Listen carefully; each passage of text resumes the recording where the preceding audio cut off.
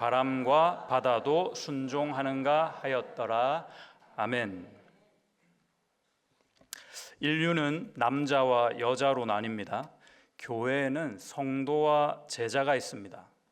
신자와 제자가 있다는 말씀이죠. 야, 제자반 안 한 사람은 서러워서 살겠나? 신자와 제자만 있다 그러니까 억울해하지 마시고 아까 누군가의 말처럼 내년에는 꼭 제자반을 신청하시면 좋겠습니다. 성장인가 비만인가 하는 제목으로 말씀을 나눌 때 주님이 주시는 건강한 도전이 저와 여러분 모두에게 있기를 소망합니다. 제자와 성도 구별하고 싶습니다. 다르거든요. 어떻게 다를까요? 제자와 성도.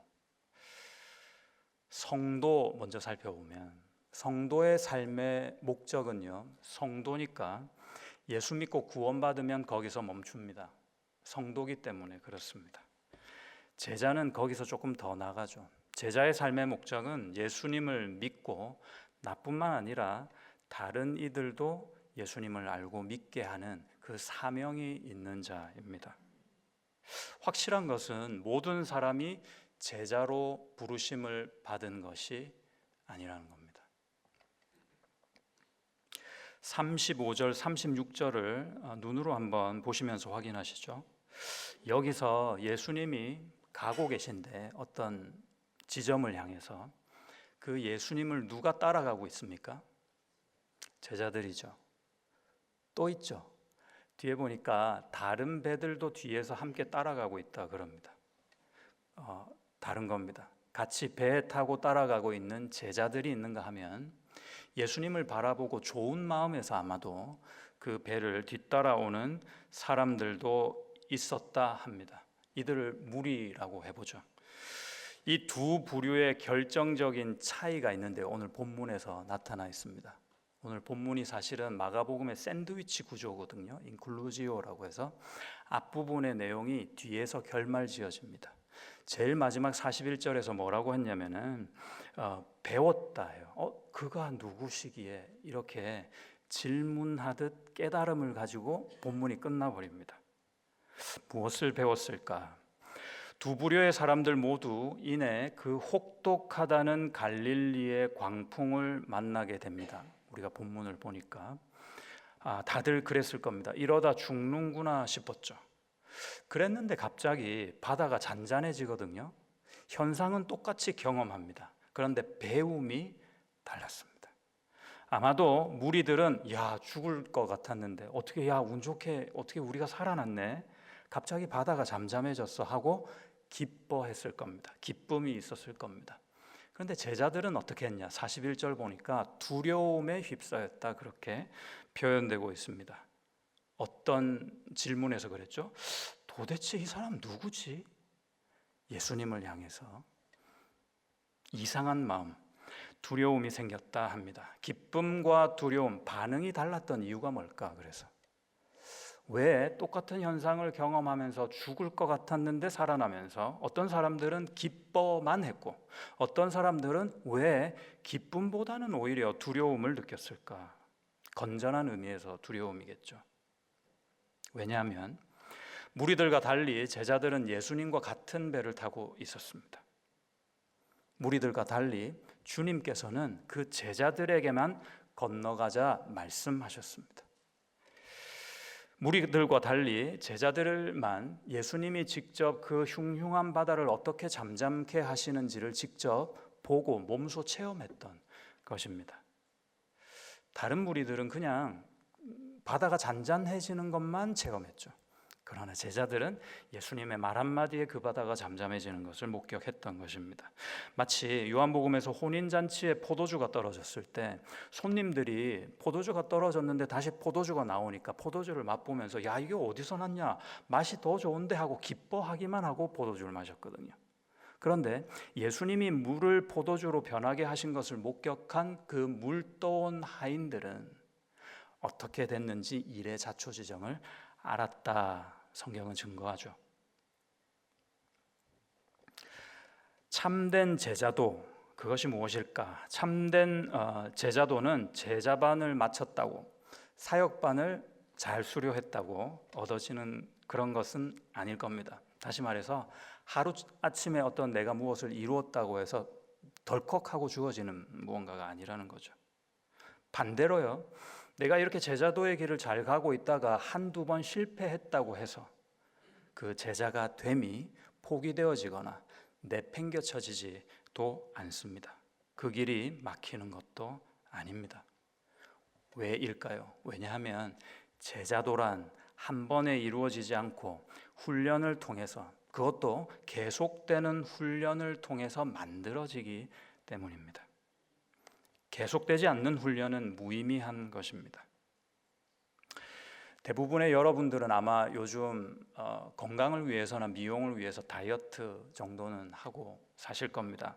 저도 나름 하고 있는데 뭐 이렇게 어떻게 하고 있느냐 이런 건 말씀드릴 수 없지만 비만을 원하는 사람은 없을 겁니다. 아무도 없을 거예요. 그런 사람들. 살찌기 원하는 사람이 어디 있겠습니까?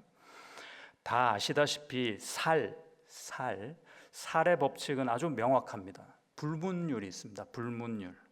먹으면 찌고 안 먹으면 안 찝니다. 어떤 분은 그러세요. 저는 물만 먹어도 살이 쪄요. 물을 먹어서 그렇습니다. 그런데요, 많이 먹어도 안 찔 수 있는 황금률도 있습니다. 먹은 만큼 소비시키는 겁니다. 들어온 만큼 내보내는 겁니다. 순환시키는 겁니다. 더 좋은 방법, 건강한 방법이죠. 예를 들어서 여러분, 씨름 선수가 한 끼에 뭐 어마어마하게 드시더라고요, 다들.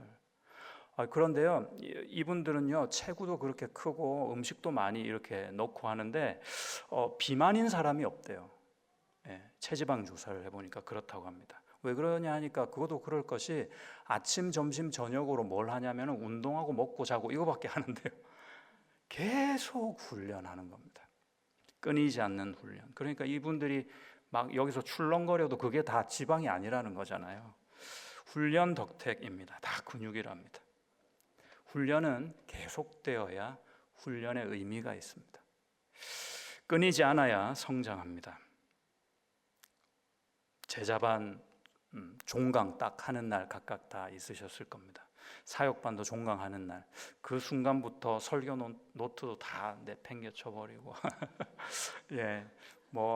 암송하는 거, 야 그게 뭐 옛말이지 이러면서 뭐 암송이고 성경이고 다 뒤로 하고, 예배 출석이나 이런 것도 소홀히 하면서 기도하자 그랬는데 그때뿐이지 종강하는 순간 기도가 웬 말입니까?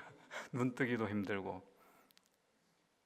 저는 그렇게 생각합니다, 여러분. 제자반, 사역반, 이 훈련 과정이 어떤 의미가 있느냐? 그 36주나 12주 중에서 뭘 많이 주입시켜서 그 안에 저장하려고 하는 것이 아니라 하나님이 원하시는 우리의 습관이 어떤 것인지, 예수님은 어떤 그 습관대로 살아내셨는지를 배우는 겁니다. 그래서 사실은 제자반과 사역반 끝난 이후에 그 습관대로 사는 방법을 전수받았죠, 말하자면. 그래서 사실은 제자반과 사역반이 끝난 이후에 오히려 더 그 습관에 열심을 내야 하지 않겠나 싶습니다. 여러분, 그래서요, 영적 비만을 경계하셔야 됩니다. 듣기만 하는 설교는 내 안에 교만의 살을 찌우고요, 교회의 예를 들면 제적수는 느는데 말씀대로 사는 제자는 없어요. 자꾸 주는 겁니다. 이 교회요, 비만입니다.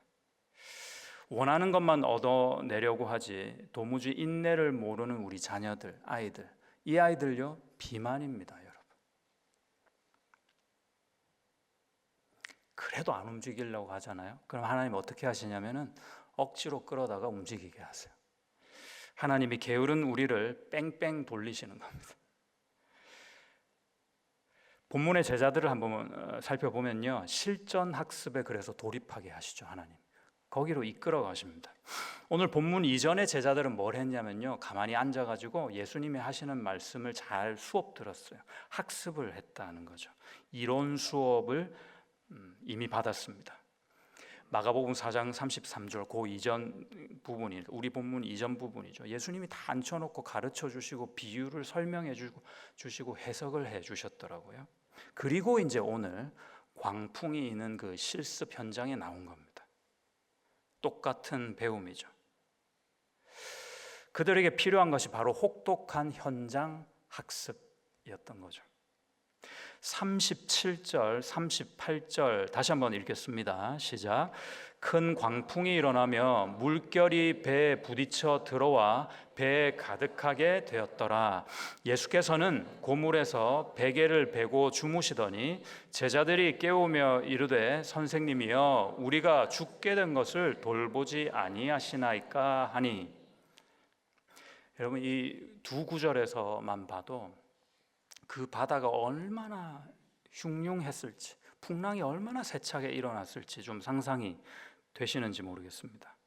근데 이 구절에서 좀 재미있는 게 발견되죠. 예수님이 그 가운데서 뭐 하고 계셨다고요? 주무시고 계셨다는 거거든요.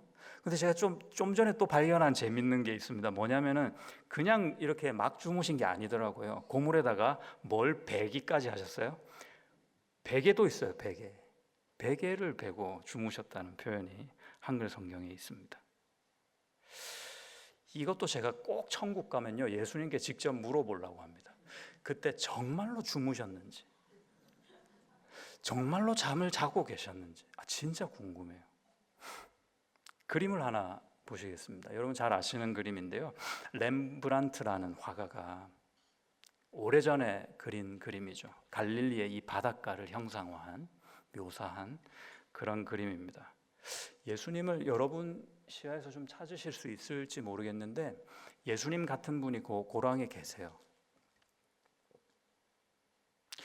제가 아까 그 질문이 이제 여러분과 좀 나누고 싶은 질문인데, 예수님의 모습에 관한 다음 제가 이제 읽어드릴 두 문장 중에서 어떤 말이 맞을까 한번 생각해 보십시오. 예수님의 모습, 지금 주무심에 관해서 1번 주무신다, 2번 아니다, 사실은 안 주무신다. 상식적으로 한번 그냥 유추해보죠. 생각해봅시다. 초자연적인 수면 능력을 발휘하신 것이라면 모를까, 이 지금 같이 타고 있는 제자들의 대부분이 어부잖아요. 뼛속까지 뱃사람들입니다. 그 뱃사람들의 입에서 나오는 게 뭐냐면은 죽겠구나 이겁니다. 야, 이러다 우리 죽는다 이겁니다. 그 정도의 풍랑 속에서 사람이 잠을 청할 수 있다? 이것은요 물리적으로는 불가능해 보입니다. 그렇다면 왜라는 질문이 좀 나옵니다. 만약에 주무신 것으로 보이는 정도였다면 왜 주무시는 것처럼 보이게 하셨을까? 왜 그러셨을까? 기다리고 계셨던 겁니다. 무엇을 기다리고 계셨냐면은 다름 아닌 제자들의 아악 하는 그 소리, 비명을 기다리고 계셨습니다.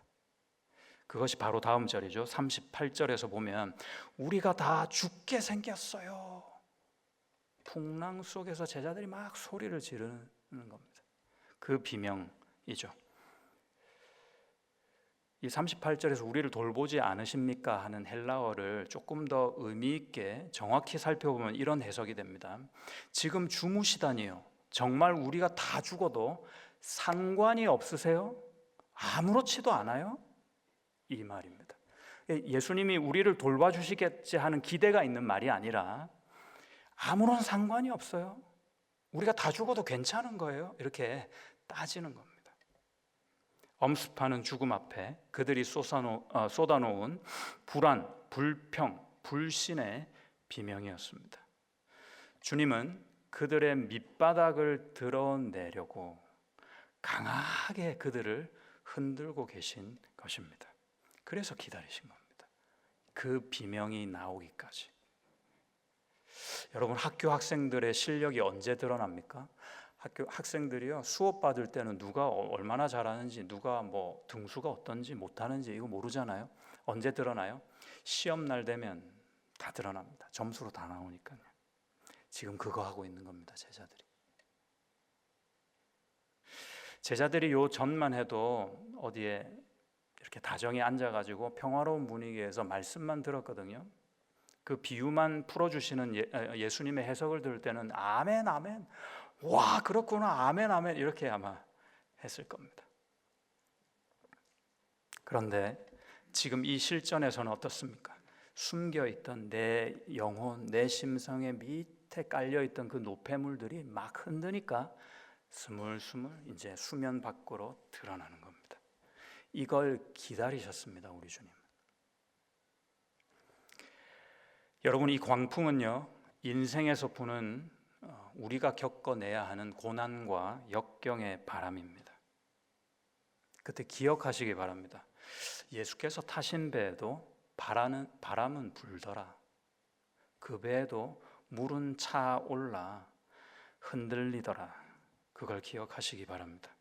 내가 주님을 잘 따르고 있는데도 이상하게 내 삶은 잘 안 풀릴 수 있습니다. 죽을 것 같을 수 있다는 겁니다. 주님을 예배하는 이 교회에서도 더 세차게 부는 그런 바람이 있을 수 있습니다. 사랑하는 사람들이 모여있는 우리 가정에서도 내가 원치 않아도 그런 바람은 내가 알지 못하는 그런 순간에 불어닥칠 수도 있습니다. 문제는 무엇인가? 그때 우리가 어떻게 해야 될 것인가라는 질문에 대한 답입니다. 예수님께 다가가야죠. 이것이요, 제자들이 그나마 잘한 것 중에 하나입니다. 그나마 한 것이라고는 그거예요. 제자들은 비록 불평이든 원망이든 그게 그 마음이 어떤 마음으로 주님께 나아갔든 중요한 것은 주님을 깨웠다는 겁니다. 따지든 원망이든 뭐든 주님을 깨웠다는 겁니다. 그때 예수님은 못 이기는 척 일어나셔서는 내 이놈 바다야! 기다렸다는 듯이 큰 소리로 바다를 꾸짖으셨습니다.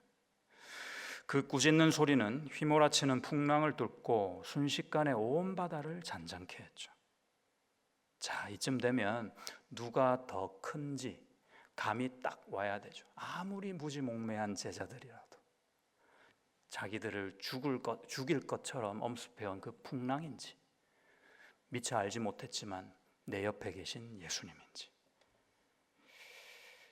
아까 그 그림을 한 번 더 보면 좋겠는데요, 이 그림에는 두 가지 에피소드가 있습니다, 여러분. 한 가지는요, 렘브란트가 이걸 그리고 나서 돌아가다가 1990년도에 보스턴 소재한 한 박물관에 갔다가 도난을 당했습니다. 그래서 이제 그 이후로는 더 이상 이 실제 그림을 볼 수가 없습니다. 아마도 그 도둑에 자기 집 지하실에 아마 걸려 있을 것 같습니다. 또 하나 에피소드가 있습니다. 이 배에 탄 사람의 수입니다. 예. 육안으로 좀 확인이 되시는지 모르겠습니다만 그냥 가정을 하자면 간단하게 12명의 제자와 예수님이 계시니까 이 배에는 총 13명이 타야 맞습니다. 그런데 이 화가는 의도적으로 14명을 그려 넣었습니다. 제가 자세히 보면 볼수록 그 14번째 인물이 보이더라고요. 렘브란트는 마지막 14번째 인물로 자신을 그려 넣은 것입니다. 무슨 메시지가 있느냐? 지금 이 풍랑은 제자들만 맞이하는 풍랑이 아니라 이 그림을 보고 있는 자기 자신과 그리고 모든 이들의 풍랑이다 하는 메시지도 거기에 함께 그려 넣은 겁니다. 거짓말처럼 잠잠해진 바다 한가운데 배들과 예수님이 탄 그 배 한 척이 둥둥 떠 있는데요, 넋이 나간 제자들의 귀에 나지막한 음성이 들려옵니다. 야, 뭐가 그리 무섭더냐? 어찌 그리 믿음이 없어? 평생 그 음성을 못 잊었을 듯합니다. 그 배에 탄 제자들이 말입니다. 우리가 믿음이 사라지면 그 빈자리에는 반드시 두려움이 다가오기 마련입니다. 내가 원하는 것을 추구하는 것은 바램이나 소망이라고 그러지 믿음이라고 하지 않습니다. 내가 뭔가를 목적하고 목표해가지고 그걸 간절히 원해요. 그리고 우리가 기도할 때마다 믿습니다 그래요. 바랍니다 해야죠. 믿음은 근거가 있어야 되잖아요. 주님께서 요구하는 믿음은 어떤 믿음일까요? 말씀을 붙잡는 믿음입니다. 아니, 난 주님은 원하시지도 않았고 얘기하신 적도 없는데 자꾸 믿는다 그래요. 주님께서 처음에 그 좌표를 정확하게 정해 주셨잖아요. 잘 생각해 보면 건너편으로 가자. 우리가 함께 건너편으로 가야 한다. 그게 좌표입니다. 그러면 주님이 말씀하셨으면 어떤 풍랑이나, 아니 하늘이 내려앉아도 이 배는 건너편으로 가게 되어 있습니다. 그 말씀을 붙잡는 것을 주님은 믿음이라 하십니다. 신앙은 얼마나 내가 열심이냐, 이거 중요하지 않습니다. 그것보다는 내가 그 열심을 누구를 향해서 내고 있느냐, 이게 중요합니다. 방향이 중요합니다. 그래서 풍랑이 아니라 우리가 바라봐야 할 대상은 하나님, 또 예수님이신 것입니다. 우리 인생은요, 어차피 파도의 연속 아닙니까? 잔잔한 파도가 있는가 하면은 정말 내 배가 뒤집힐 만한 그런 파도가 엄습해 오기도 합니다. 그런 거잖아요.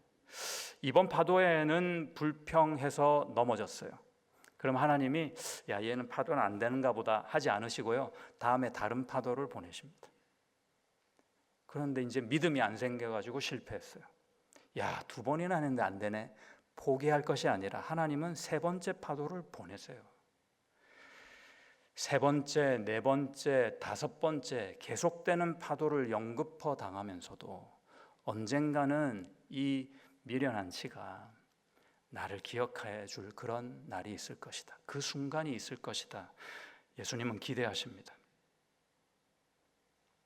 그러다가 결국에는 그 파도들보다 더 크신 예수님께 우리도, 나도 시선을 돌리게 되는 그 한순간이 찾아올 거라는 것입니다.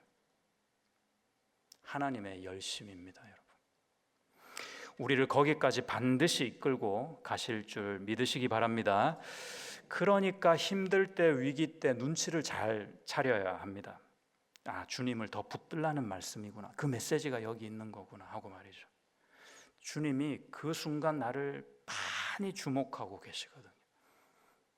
어떻게 하나 보자. 이번에는 이 파도에는 어떻게 마음을 먹고 어떻게 나아가는지 내가 한번 주목하여 보겠다. 많이 보신다는 거죠. 풍랑보다 더 크신 주님을 바라보며 승리하는 제자들 되시기를 축복합니다. 그러면 이 훈련의 이유와 목적이 과연 무엇일까? 다 좋습니다. 성장도 좋고요, 훈련도 좋고 승리하는 것도 좋습니다. 그런데 과연 무엇을 위해 이렇게 억척같이 풍랑과 함께 이렇게 치열하게 살아야 할까? 뭐 때문에 그래야 할까요? 좀 편하면 안 되는 겁니까? 그게 뭐 잘못된 겁니까? 웬만하면 그렇게 살고 싶지 않습니다. 편안한 가운데 잘 살다가 예수님도 잘 믿고 신앙생활도 잘 하다가 천국 가고 싶습니다. 그러나 그것은 하나님의 뜻이 아닙니다. 우리도 그렇지만 예수님께서도 십자가가 반갑지만은 않으셨습니다. 마태복음 26장 39절에서 예수님께서 겟세마네 동산에서 이렇게 기도하셨죠. 내 아버지여, 만일 할만하시거든 이 잔을 내게서 좀 지나가게 해주세요. 그러나 나의 원대로 마시옵고 아버지의 원대로 하옵소서. 십자가 풍랑을 예수님이라고 반가우셨을 리가 있겠습니까?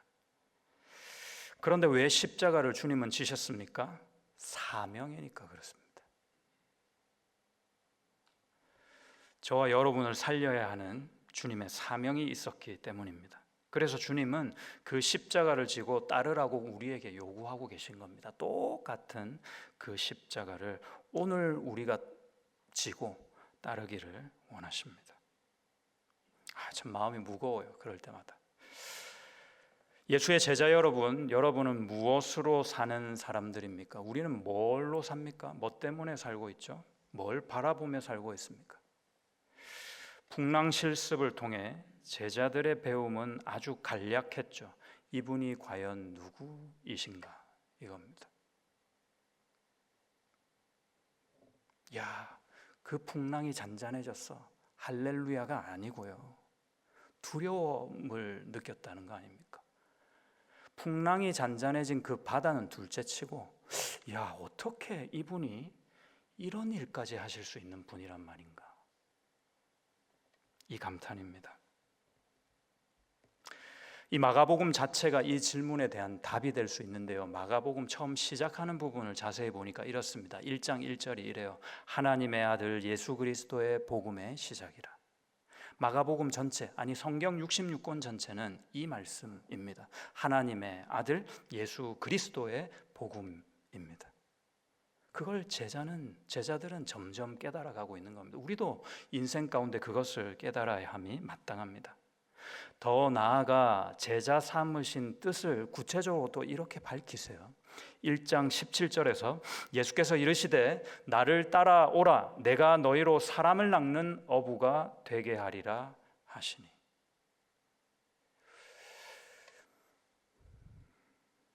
사람을 낚는 어부가 되게 하리라. 우리가 정말 그러고 사는지 돌아보기를 원합니다. 가정에서 사람을 낚는 어부의 부르심을 내가 순종하며 살아가고 있는지, 이 교회에서 내가 무슨 일을 하든 어떤 신앙의 모습으로 하나님 앞에 나아가든 내가 사람을 낚는 어부의 역할을 감당하며 그 의식을 가지고 믿음을 가지고 신앙생활을 하고 있는지, 자녀를 대할 때도 여기 있는 형제 자매 공동체 속에서 누군가를 대할 때도 이 의식으로 우리가 하나가 되어서 똘똘 뭉쳐 있는지 이걸 좀 돌아보는 오늘 시간이 되기를 바랍니다. 다른 누군가를 위한 삶, 그들을 위해 져야 하는 십자가, 그 사명이 있는 자가 예수 그리스도의 제자인 줄로 믿습니다. 내가 제자가 맞다면 주님께서 사람이라는 막대기로, 인생이라는 채찍으로 나를 훈련시키고 계심이 확실합니다.